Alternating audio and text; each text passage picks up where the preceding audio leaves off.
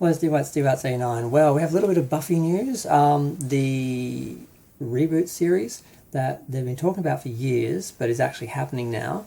Now, I thought they'd already cast the actors. I thought I'd already done a video where I mentioned the actress who was cast as the new. I think they were just describing the characters, not actually the cast, and maybe there was some casting. I can't remember, but I thought they'd already announced who was playing the new Slayer, but apparently they hadn't because they just did it. Sarah Michelle, her name is too long. I'm just going to call her Sarah Michelle because it's just shorter.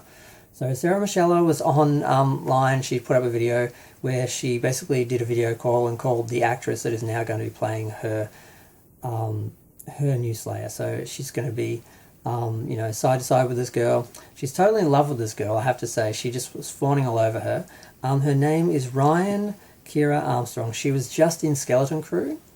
Now, apparently Skeleton Crew, that had issues because it was a kid's show, and a lot of Star Wars fans had problems with seeing a family show, a family movie series like Star Wars split into kids shows and adult shows and just being all over the place now.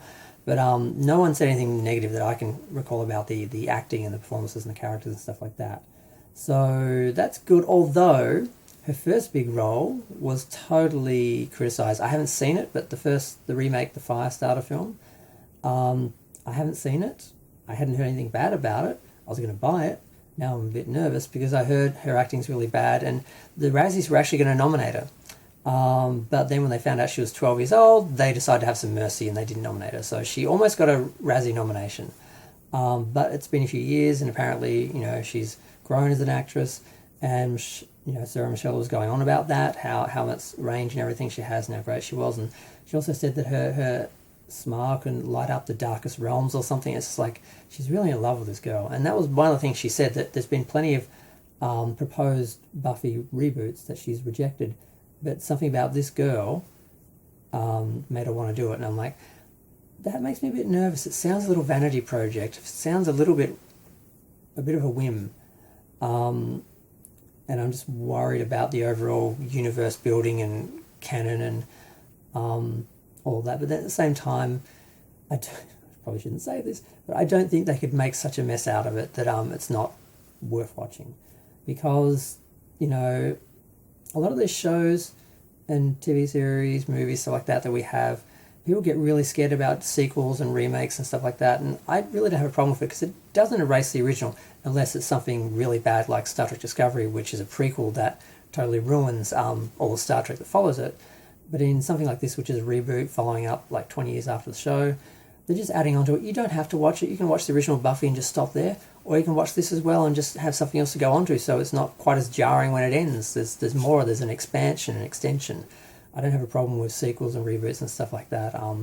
They just expand the universe. I have no problem with that, unless, like I said, it undoes the original, or very few do that. Even Star Wars, I like the sequel series. I have some issues with a few things here and there, but they don't stop me from enjoying the films overall, and I think they're way too harshly criticised, and most things are because people just they either seem to think their job as a critic or a YouTuber is just to attack things and pull stuff apart, or they feel like at least that's what their base wants. So I think a lot of the times they're just blowing out a lot of these things and making them much bigger and worse than they actually are, and it is possible to just enjoy these shows and these movies.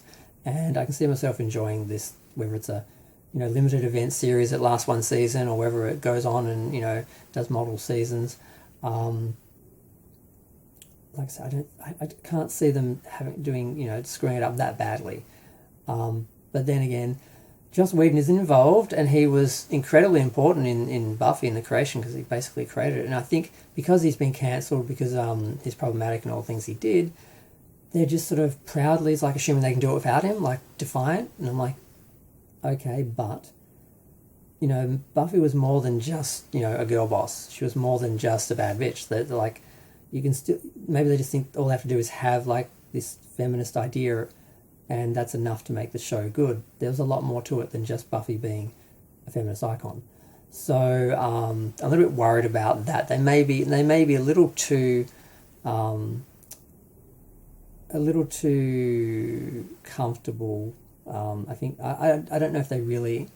I don't know. I'm worried, but at the same time, I can't imagine they could screw it up so bad that it's not, you know, a fun addition to, you know, the original and Angel and all that. So I'm going to be optimistic about it, and we'll see what happens. We've got our actress. We know what the show's going to look like. You know, Sarah is really excited about having this girl by her side, and if you've got a cast that works and has chemistry, you're halfway there. Now, you can have the best cast and chemistry in the world, and, you know, a bad script and a bad concept, you know, can't be saved.